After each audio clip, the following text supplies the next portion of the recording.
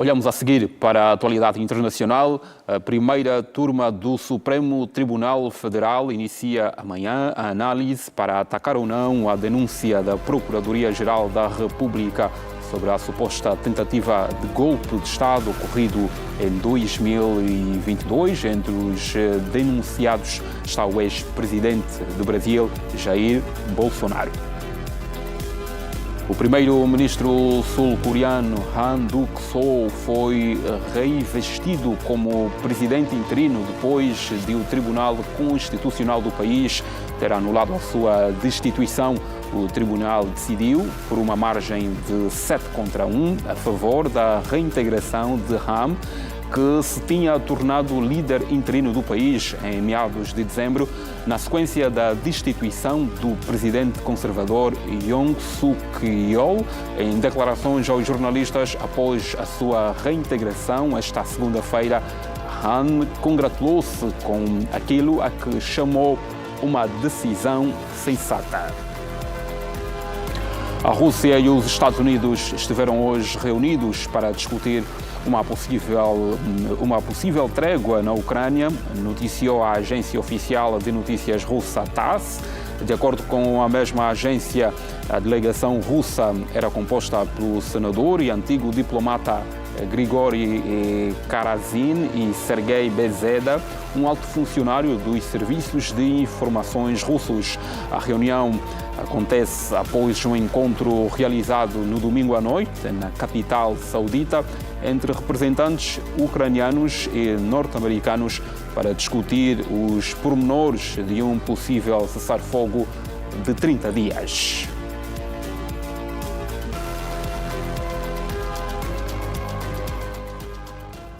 Seguimos a análise que se impõe com Wellington Calazans e São Agostinho. Boa noite aos dois e bem-vindos. Boa noite, Sansão. Boa noite, São Agostinho, e a você assistindo à Hora 10. É um prazer estar aqui de volta. Vamos olhar para o primeiro tema, o que de resto é notícia no Brasil e um pouco pelo mundo. Começo consigo, Wellington. O que é que acontece se o Supremo Tribunal Federal tornar Bolsonaro réu nesta semana, uma vez que amanhã será analisado esta possibilidade? Será analisada a denúncia da Procuradoria-Geral daquele país. Pois é, Sansão, como você falou, o Supremo Tribunal Federal, o STF, né, como é chamado no Brasil, analisa a denúncia da PGR, que é a Procuradoria-Geral da República, contra o ex-presidente Jair Bolsonaro por uma suposta tentativa de golpe de Estado, e isso ocorre em um momento crítico para o Brasil. O caso reacende debates sobre os limites entre justiça e política, para além dos riscos de uma invasão sistêmica do poder judiciário na arena partidária, fenômeno que, lamentavelmente, nas últimas 2 décadas, tem minado a estabilidade das instituições brasileiras. A recente história do Brasil revela um padrão preocupante de politização da justiça e também da invasão da justiça na política. Essa confusão faz com que o uso estratégico de processos penais seja utilizado para neutralizar adversários e também para destacar uma espécie de racionalidade punitiva que culmina com a interferência externa em temas sensíveis, como a suposta atuação do Departamento de Justiça dos Estados Unidos da América em casos domésticos brasileiros, em que o judiciário brasileiro tornou-se palco de disputas que extrapolam suas funções constitucionais. Um exemplo muito vivo ainda na memória do brasileiro é a operação chamada Lava Jato, que destruiu a indústria pesada brasileira, a indústria de petróleo e gás, e a pretexto de combate à corrupção, praticamente aniquilou o emprego no Brasil nos últimos anos. Então, esse ativismo da justiça, muitas vezes legitimado por narrativas de combate à corrupção ou defesa da democracia, tem criado precedentes perigosos, e a judicialização da política brasileira corrói a confiança também nas urnas e alimenta uma polarização que tem prejudicado em muito a confiança da sociedade nas instituições brasileiras. Os riscos desse ambiente, Sansão, é uma simbiose entre justiça e política, e isto sabemos que com os eventos de 8 de janeiro de 2023,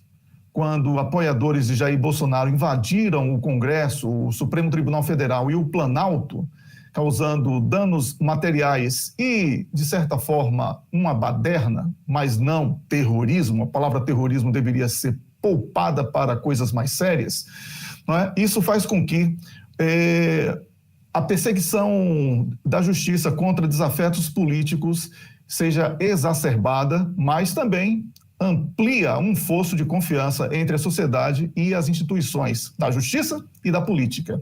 Então, essa reação institucional, embora rápida, expõe uma vulnerabilidade do Estado brasileiro diante de crises provocadas por discursos antissistêmicos, como apontado por analistas diversos que li antes de vir aqui com o meu comentário, e também a violência política no Brasil, incluindo assassinatos, ameaças e agressões contra agentes públicos, que tem sido intrinsecamente ligada à erosão do chamado Pacto Democrático. Então, o julgamento de Bolsonaro... Mas há ou não razões factuais para que, efetivamente, esta denúncia seja uma realidade ou tenha sido feita? Qual é a sua visão? É exatamente aí que eu ia chegar. O julgamento de Bolsonaro, nesse contexto aí que você coloca, transcende o destino individual do ex-presidente. Porque se, por um lado, a apuração de eventuais crimes é essencial para tornar muito claro e transparente, né? Desculpe a redundância, o processo político e o fortalecimento das instituições, por outro lado, essa exposição midiática, ela já é uma condenação prévia, e essa seletividade em processos políticos aprofundam a crise já iniciadas. Observe que no caso de Lula, né, que é o atual presidente, quando ele foi preso e impedido de participar de eleição, era este grupo que hoje é punido e que está ameaçado de ser preso, que celebrava a prisão de Lula. Hoje é o contrário. E nenhum dos dois, por ódio, por cegueira, por uma disputa artificialmente estimulada por diversas atuações, e eu quero aprofundar sobre isso porque é importante, as pessoas são incapazes de saber o que é justiça, o que é justo, o que é verdade, o que é mentira. Estão todos contaminados pelo ódio. Entendeu, Sansão? Então, essa história mostra que quando a justiça se torna arma de guerra partidária, os perdedores são as instituições e a própria cidadania. E, para além disso, e eu não quero me estender muito, porque quando falo do Brasil, de certa forma, eu empolgo um pouco por ser brasileiro, né? E por ter conhecimento do assunto, o caso ocorre em um cenário de tensões geopolíticas, que temos comentado aqui à exaustão, com alertas sobre interferências estrangeiras em processos internos do Brasil, através de revelações, por exemplo, da atuação de agências diversas dos Estados Unidos da América, como a USAID, a própria CIA, que corrompe agentes públicos brasileiros para o cumprimento de uma agenda totalmente contrária aos interesses do Brasil. Então, a pretexto da existência da cooperação internacional, questões sensíveis internas ocorrem sem a devida transparência para evitar que interesses externos se sobreponham à soberania nacional brasileira aos olhos do público. Tudo feito às escondidas. Então, essa chamada democracia brasileira está realmente em risco. Ela, que em tese foi iniciada ou inaugurada em 1985, dificilmente resistirá a mais um episódio de agressão através da justiça contra a política, porque o povo não exerce a sua soberania popular. Mas uma coisa é certa aí, Sansão, para concluir: sem independência, tecnicidade e respeito aos limites republicanos, o poder judiciário do Brasil seguirá atuando como parte do problema e não como solução. Wellington, Bolsonaro continua a olhar, pelo menos de acordo com algumas notícias vinculadas, olha para este processo como uma ação contra ele, contra a sua pessoa, e há quem ainda defenda que o julgamento pode aumentar o potencial eleitoral do ex-presidente. Que leitura podemos aqui fazer? Não podemos descartar essa possibilidade porque vimos no caso de Donald Trump a mesma história. Eu, por diversas vezes aqui na Hora 10 e também no Conexão Angola, quando tive a oportunidade de comentar sobre Estados Unidos da América, eu falava, a justiça está servindo de cabo eleitoral de Donald Trump. E o nome disso, lá na frente, será recall, que é a recordação do nome, num termo técnico utilizado através de analistas políticos, eleitorais no caso. E Bolsonaro pode se utilizar também desse mesmo tipo de estratégia, né, na crença de que irá ser autorizado a concorrer, não será impedido a concorrer, e que, com o nome em evidência permanentemente, com o traço de que é vítima de uma perseguição, ele ganha aí uma adesão por simpatia ou até por pena, né, dos seus seguidores, já que por capacidade política e cognitiva ele já demonstrou não possuir absolutamente nada, né? O Brasil tem uma séria crise de representação, tanto do atual governo como dos anteriores.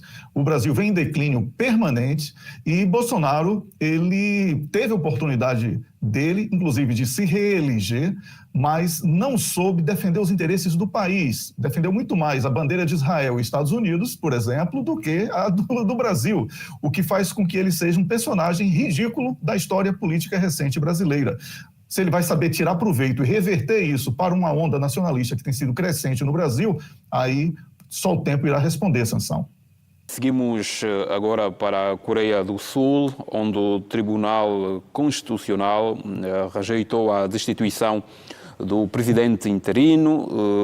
Na sua primeira declaração aos jornalistas, o presidente interino considerou de uma decisão sensata. É deste modo que se pode olhar o Wellington. Sansão, ele não iria dizer diferente, né? Ele é o beneficiário direto da decisão. Mas a decisão do Tribunal Constitucional sul-coreano marcou, com certeza, o fim de um capítulo turbulento, mas não resolve os problemas subjacentes que levaram a essa crise, né? Para evitar novas rupturas, vai ter que trabalhar muito, porque é essencial que o país invista nas reformas estruturais e promova uma cultura de diálogo e colaboração que foi perdida. A Coreia do Sul tem uma trajetória impressionante de desenvolvimento econômico e de liberdades, isso ninguém pode negar, mas o presente exige que ela enfrente com coragem esses desafios que surgiram, especialmente a partir do final do ano passado, e que ameaçam já o futuro do país. Porque, ao mesmo tempo que o mundo observa com alguma esperança que este momento de adversidade seja transformado numa oportunidade para construir uma sociedade melhor, um país melhor, nós estamos vendo que a situação da economia na Coreia do Sul, ela passa a sofrer uma série de ameaças. Por quê? Uma das mais dinâmicas do mundo, a economia, né, passou a viver períodos longos de incerteza política, e isso afetou a confiança dos investidores, tanto internos como também externos. A Coreia do Sul perdeu muitos investidores estrangeiros e muitos investidores sul-coreanos saíram do país em busca de ambientes mais tranquilos para os seus investimentos. E sabemos, Sansão, que nenhuma política é forte quando a economia enfraquece. Então, é preciso que essa crise seja superada com alguma urgência, porque as empresas multinacionais estão hesitando em realizar novos investimentos no país e pequenas e médias empresas estão enfrentando sérias dificuldades para que possam planificar o futuro num ambiente de estabilidade que hoje está perdido. Então, do ponto de vista da estabilidade política, o risco de novos conflitos ainda é muito grande. A população sul-coreana, especialmente os jovens, tem demonstrado uma crescente insatisfação com a classe política tradicional do país, e esses movimentos de rua e também manifestações que foram amplamente difundidos, né, mundialmente e comentados aqui entre nós, eles podem ressurgir a qualquer momento e vai exigir aí uma série de mudanças profundas. Para além disso, a polarização ideológica continua a alimentar discursos extremistas na Coreia do Sul, o que pode levar a confrontos ainda mais intensos no futuro próximo. Então, para concluir, a história recente da Coreia do Sul, ela revela um país que possui capacidade de superação, mas que está seriamente ameaçado pelas dificuldades da economia, da geopolítica e também da frágil representação política que hoje tenta conduzir os destinos do país. Seguimos olhando para a guerra na Ucrânia. Wellington, a Rússia e os Estados Unidos estiveram hoje reunidos, depois de ontem delegações ucraniana e norte-americana estarem igualmente reunidas. O que é que se pode esperar destes encontros? Pois enquanto o mundo tenta adivinhar quais são os verdadeiros pontos, né, desses encontros e desta tentativa de paz na Ucrânia, que tem sido um tema visto como urgente aqui na Europa, essa possibilidade de cessar fogo na guerra entre NATO, Rússia, Ucrânia, ganha mais um episódio que, após meses de impasse, os Estados Unidos da América e a Rússia anunciaram o término das negociações, marcando um momento crítico para que esse acordo seja cumprido. E por que eu digo isso? Porque quando as pessoas falam sobre o anúncio da paz, nós estamos vendo o aproveitamento desse momento para a intensificação de ataques por parte da Ucrânia, em especial, e também da própria Rússia. A Ucrânia, patrocinada pela Europa, intensificou ataques especialmente com drones, e a Rússia na expansão territorial. Então, o ambiente no terreno não é o mesmo que esse terreno dos anúncios de cessar-fogo que são celebrados. Então, se as delegações dos Estados Unidos e da Rússia se reuniram na Arábia Saudita para discutir um cessar-fogo parcial na Ucrânia, esses esforços que estão em andamento para um rápido fim da guerra, eles devem ser refletidos no campo de batalha, Sansão. Porque de nada adianta falar sobre cessar-fogo aos microfones e câmeras da imprensa e, ao mesmo tempo, no bloco de notícias seguinte, as notícias serem de guerras e perdas humanas. Não é? Deviam, então, por agora, cessar o conflito, ou melhor, os ataques, na sua visão? Repita, por favor, Sansão. Deviam cessar os ataques por agora? Sim, porque o que é cessar-fogo parcial? Não existe nada claro nisso. E se não houver um cessar-fogo sincero e não uma pausa para reequipar e não um argumento para aproveitar da vulnerabilidade deste ou daquele para intensificar ataques, tudo é apenas enganação. O mundo está farto dessa guerra. O povo ucraniano já não suporta mais. O povo europeu está muito prejudicado. E essa guerra não pode mais ser mantida, porque as economias dos países estão em dificuldades, com exceção da Rússia, nesse caso, que até ganhou algum protagonismo, mesmo sofrendo todas as sanções que foram impostas.